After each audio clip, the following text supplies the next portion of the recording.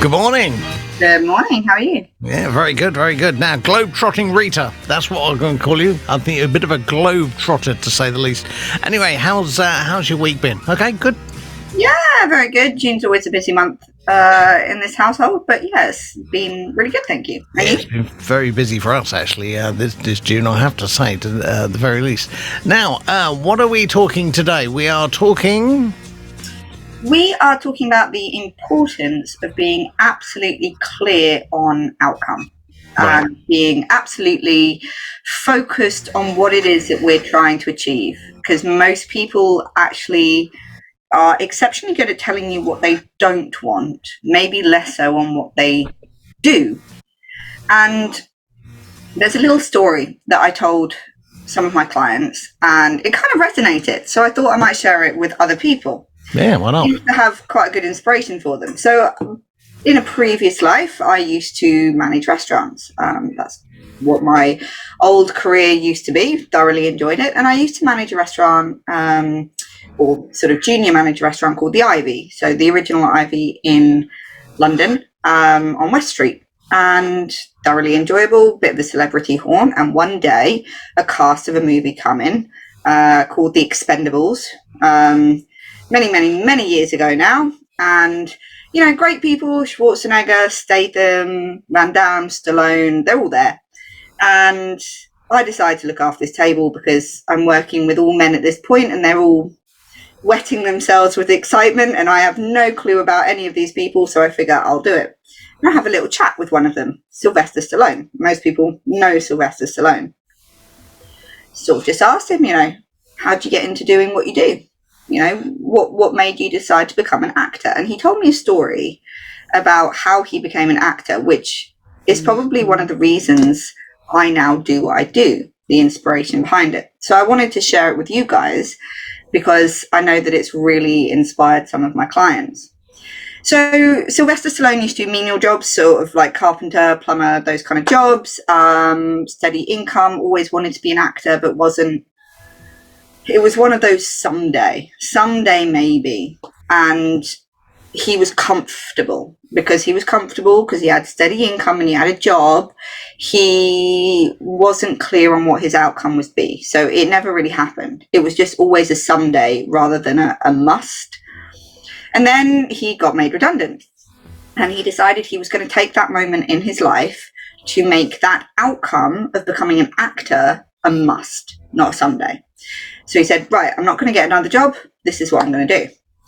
So he said, right. So I started going around acting agencies. He went, you know, I must have been to about 15,000 acting agencies in New York. And I was like, there can't be 15,000 acting agencies. I bet there is. He said, there aren't, but I went 8, 9, 10 times to each one and he constantly got rejected. You know, he was born with, I don't know if people know this, but with forceps. And because of that, that's why he's got a slight droop on one side of the face. And the guys in these agencies were like, you're dopey looking. We're not going to, you know, no one's ever going to watch a guy like you. They just kept rejecting him out of hand. Little did they know at the time. Exactly. So, you know, he kept doing this. They used pretty much all their savings. He had nothing coming in. And I was like, why didn't you just get a job? And he went, no, because if I get a job, then I'll get comfortable and then I'll never make it happen. My outcome is to be an actor, not to have money. So he gets to such a bad point that he's actually selling his wife's jewelry at this point to make ends meet. I mean, this is pretty low, right? And then the lowest point, he said, was he had a dog, his best friend in the whole wide world, the only creature that loved him unconditionally, because at this point his wife definitely didn't. And he goes down to the local liquor store, stands outside for 3 days trying to sell his dog, his best friend in the whole world, for $50 just to make ends meet. Sell the dog? Yeah. And on day 3, a man walks past and haggles him to $25 for his best friend. So he sells his best friend.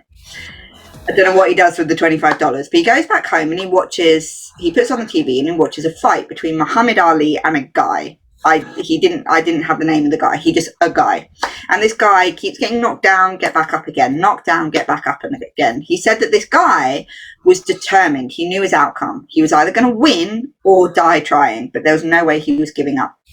And then after the fight's over, he goes into his room and for the next 20 hours straight writes the whole script of Rocky. Like the entire script in 20 hours. Really? He wrote the whole thing? The whole thing in 20 hours, right? Now, his outcome is to be an actor, not a writer, but he's got a script. So he starts going back to these acting agencies. I've got a script, why don't you have a look? And they're like, it's sappy, it's overdone, it's got no real ending, it's got no story. Like when Rocky won the Oscar, he actually read out all of the things that these agencies said about his script. So he keeps getting rejected. Finally, he finds an agency willing to take on the script. They offer this guy who's just sold his dog for $25 to make ends meet. They offer him 125 grand. And he says, cool, I'll sell it to you, but one condition. I get to act in the movie. And they went, no, you look ridiculous. You're an unknown. No one's gonna want to watch you on the screen. And he says, cool, and walked away from 125K because his outcome was to be an actor, and they said no. A few days later, they then make him an offer of $250,000 for the script. And he says, can I act? And they went, no. He goes, cool, and walked away from $250,000.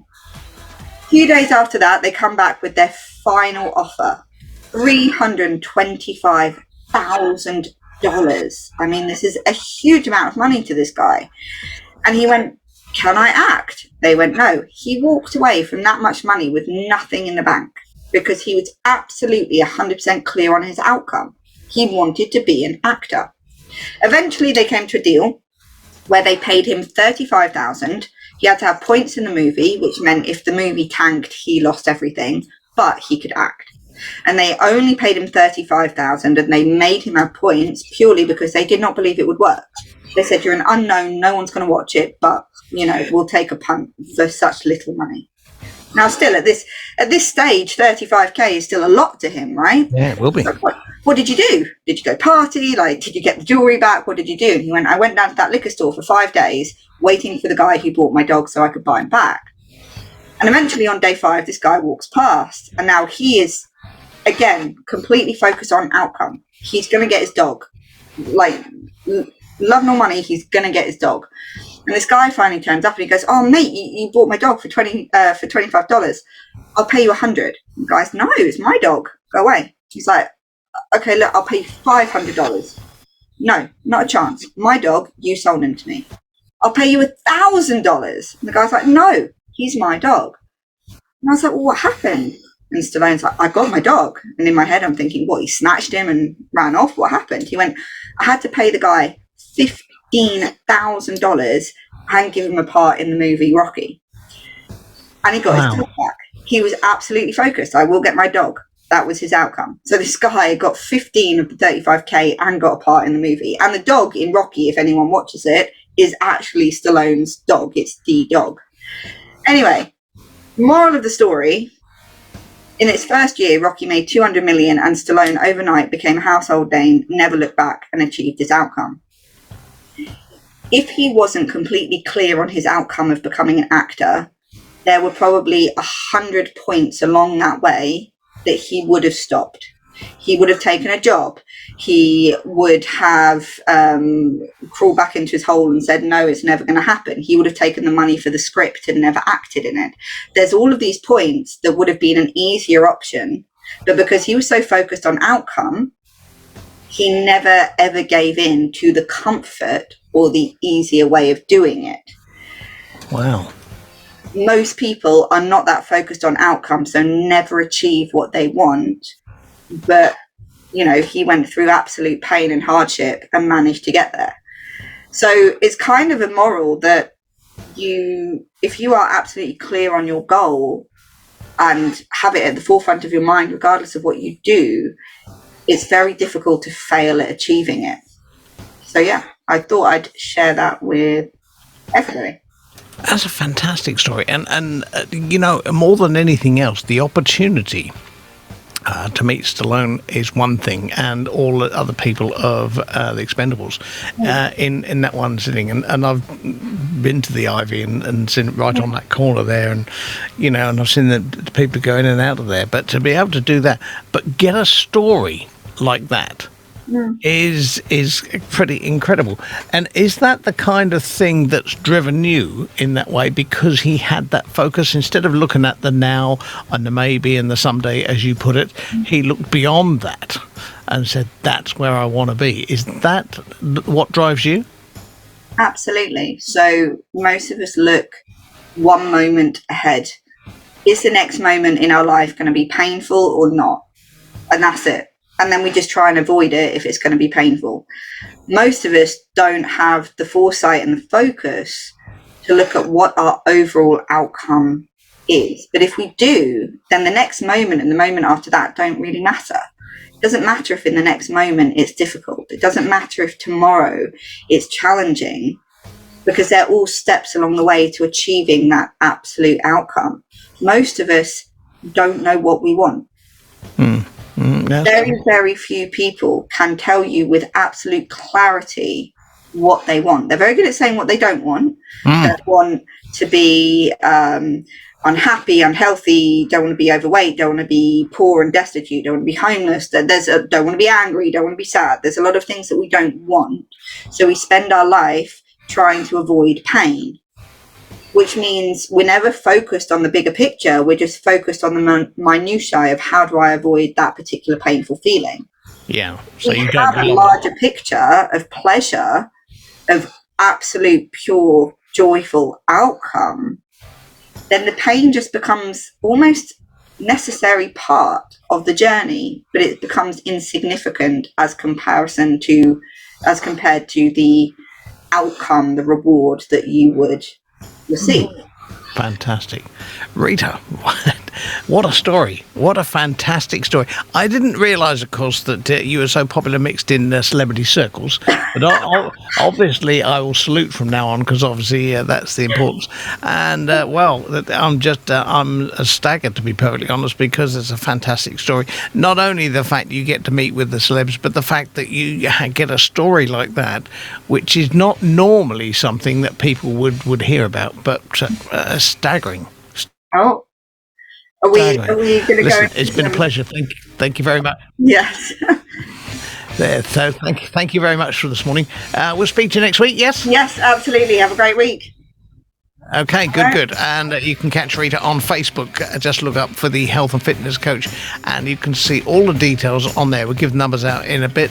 Meanwhile, as Rocky seems apparent, I thought what I would do is this from Survivor. Rita, you take care. We'll speak to you soon. Bye. Bye.